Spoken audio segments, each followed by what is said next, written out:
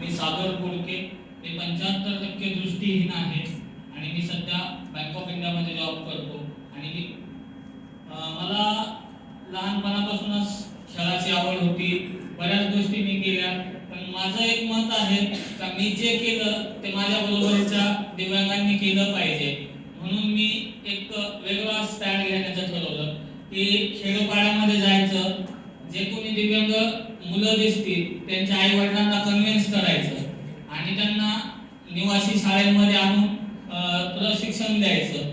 तसंच ज्या आपल्या कॉम्पिटिशन होतात डिस्ट्रिक्ट लेवल पासून तर नॅशनल लेवल पर्यंत, काही माझ्या बरोबरची मुलं एशियन देखील खेळले.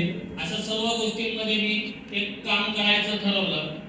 आणि जेव्हा स्कूल लेवलला जेव्हा 4थी पर्यंत मी ब्लाइंड स्कूलमध्ये शिकलो आणि 5वी पासून मी नॉर्मल शाळेमध्ये जायला लागलो के.जे. मेहता हायस्कूलला. आणि मला जीवनाची दिशा मिळाली की ब्लाइंड स्कूल आणि नॉर्मल स्कूल याच्यामध्ये खूप सारा डिफरन्स होता.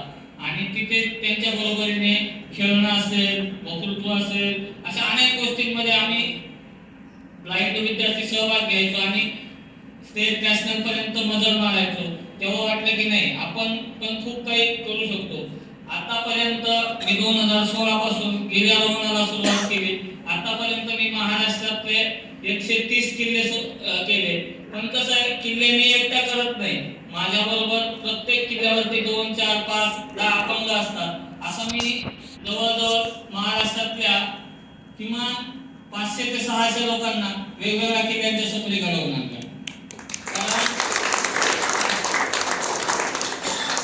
मला एकट्याला कोणीही घेऊन फिरेल, कुठली गिर्यारोहण करणारी संघटना घेऊन जाईल, पण माझ्या बरोबरीच्या दिव्यांग बांधवाला त्यांनी घेऊन गेलं पाहिजे, ही माझी इच्छा असते. म्हणून आम्ही स्वतःची शिवऊर्जा नावाची एक संस्था काढली. माझे मित्र शिवाजी गाडे सर त्यांनी. आणि 2013 पासून तर आजपर्यंत आम्ही कळसुबाईची एक मोहीम करतो.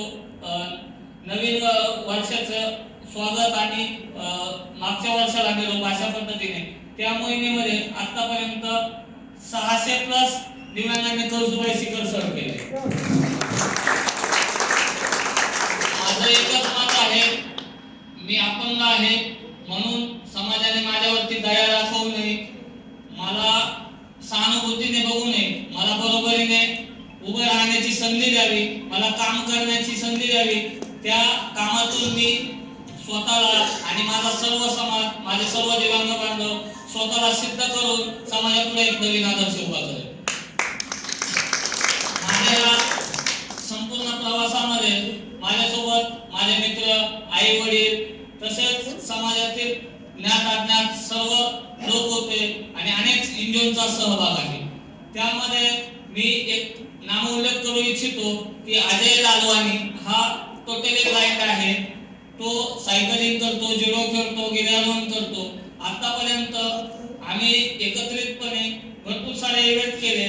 त्यामध्ये सगळ्यात मोठा इव्हेंट जो झाला आमचा काश्मीर टू कन्याकुमारी 3758 किलोमीटरचा जो सायकल प्रवास आहे, तो आम्ही रेस अक्रॉस इंडियासाठी रिले फॉर्मॅटमध्ये 9 दिवस 12 तास आणि 4 मिनिटांमध्ये कंप्लीट केला. आम्हाला संघटनेने 240 तास दिले होते. आम्ही 228 तासात तो कंप्लीट करून रेस अक्रॉस अमेरिकेसाठी पात्र ठरणारे इंडियातले पहिले ब्लाइंड होतो.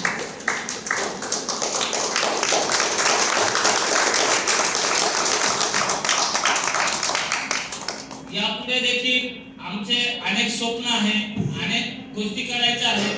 पण त्यात मी एक सांगू इच्छितो का अनेक लोकांनी जॉईन व्हावं, अनेक दिव्यांगांनी आमच्याशी संलग्न येऊन आमच्यासोबत इव्हेंट करावे. त्यांच्यासाठी लागणारं ट्रेनिंग, त्यांच्यासाठी लागणाऱ्या गोष्टींची आम्ही पूर्तता करू आणि त्यांना सोबत घेऊन करू. आम्हाला स्वतःला काही करण्यात इंटरेस्ट नाही. यापुढचा माझा प्लॅन आहे सर, गोल्डन सिटी ज्या 6 सिटी आहेत, मुंबई, दिल्ली, कलकत्ता, चेन्नई, रिटर्न मुंबई, असा 6000 किलोमीटरचा सायकल प्रवास आम्हाला दोघांना एकत्रितपणे करायचा आहे. तो आम्ही येत्या जानेवारीमध्ये करण्याचं निश्चित केलं आहे. गव्हर्नमेंटच्या सुट्ट्या आणि पैशाची जुळवाजुळव झाली की आम्ही ते करणार आहोत. दुसरा आमचा जो माणूस आहे अजय लालवानीचा एव्हरेस्ट पूल करायचा आहे आणि माझा एव्हरेस्ट बेस कॅम्प करायचा आहे. त्यात पण आमची थीम क्लिअर आहे. मुंबईच्या गेटवे पासून आम्ही काठमांडू पर्यंत सायकलने जाणार आणि तिथून पुढे 15 दिवसाचा माझा ट्रेक असेल एव्हरेस्ट बेस कॅम्पचा आणि अजयचा ट्रेक असेल 45 दिवसाचा एव्हरेस्ट पूलचा. यासाठी लागणारा खर्च हा अमाप आहे. फक्त इंडियन गव्हर्नमेंटने आम्हाला सपोर्ट करावा. आम्हाला दया नको, संधी द्या. धन्यवाद.